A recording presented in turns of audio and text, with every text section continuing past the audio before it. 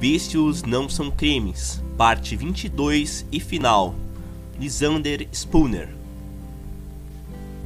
Uma resposta diferente e definitiva ao argumento de que o uso de bebidas alcoólicas tende a levar à pobreza é a de que, via de regra, ele coloca o efeito à frente da causa. Ele assume que é o uso de bebidas que causa a pobreza, em vez de ser a pobreza que causa o uso de bebidas. A pobreza é a mãe natural de quase toda a ignorância, todo o vício, todo o crime e toda a miséria que há no mundo. Por que é que uma parte tão grande da população trabalhadora na Inglaterra é bêbada e viciada? Certamente não é porque os trabalhadores são de natureza pior que a dos outros homens. É porque a pobreza extrema a que eles estão submetidos os mantém em ignorância e em servidão, destrói suas coragens e respeitos próprios, os sujeita a constantes insultos e injustiças, a amargas e incessantes misérias de todos os tipos, e finalmente os leva a tal desespero que a pequena trégua que a bebida e outros vícios possibilitam é, por ora, um alívio. Essa é a causa principal do alcoolismo e dos outros vícios que sofrem os trabalhadores da Inglaterra.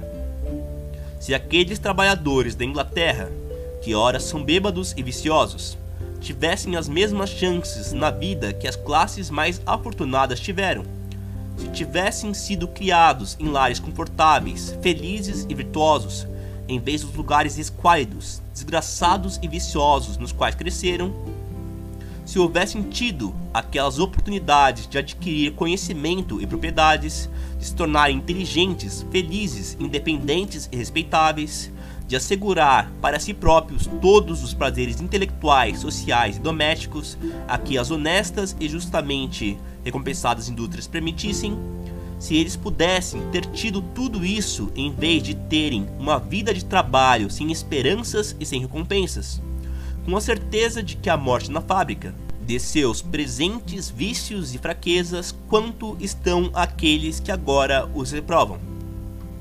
É inútil dizer que o alcoolismo, ou qualquer outro vício, apenas piora suas situações, pois tal é a natureza humana.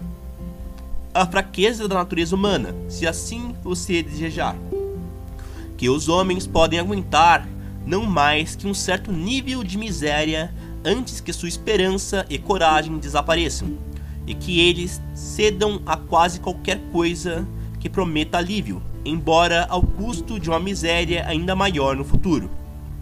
Pregar moralidade ou temperança para tais infelizes pessoas, em vez de aliviar seus sofrimentos ou melhorar suas condições, é um insulto às condições delas.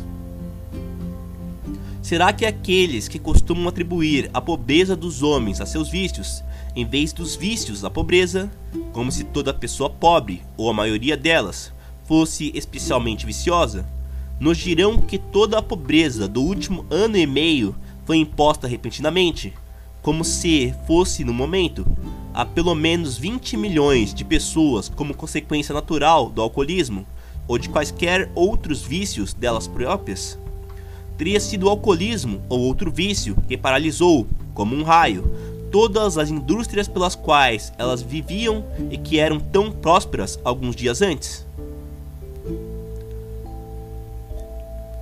Teriam sido seus vícios que desempregaram os adultos dentre aqueles 20 milhões de pessoas, compeliram-nos a consumir suas parcas economias, se tinham alguma, e os obrigaram a se tornarem pedintes de trabalho e, fracassando, pendentes de pão. Teriam sido seus vícios que, simultânea e repentinamente, encheram suas casas de necessidades, miséria, doenças e morte? Não, claramente não foi o alcoolismo nem qualquer outro vício dos trabalhadores que o levou à ruína e à desgraça. E, se não foi isso, o que foi? Este é o problema que deve ser respondido, pois ele é recorrente, se coloca constantemente ante nós e não pode ser ignorado. De fato, a pobreza de grande parte da humanidade, em todo o mundo, é o grande problema mundial, que essa extrema e quase universal pobreza existe em todo o mundo, e que tenha existido durante todas as gerações passadas, prova que ela se origina em causas as quais a natureza humana comum daqueles que sofrem com ela não foi até hoje capaz de superar. Mas os que sofrem estão, ao menos, começando a ver essas causas e decidindo-se por eliminá-las, custe o que custar. E aqueles que imaginam que não tem nada a fazer além de atribuir a pobreza das pessoas a seus vícios e a repreendê-las por isso, então despertarão para o dia em que toda essa conversa estará no passado. E a questão, então, não mais será sobre quais são os vícios dos homens, mas quais são seus direitos.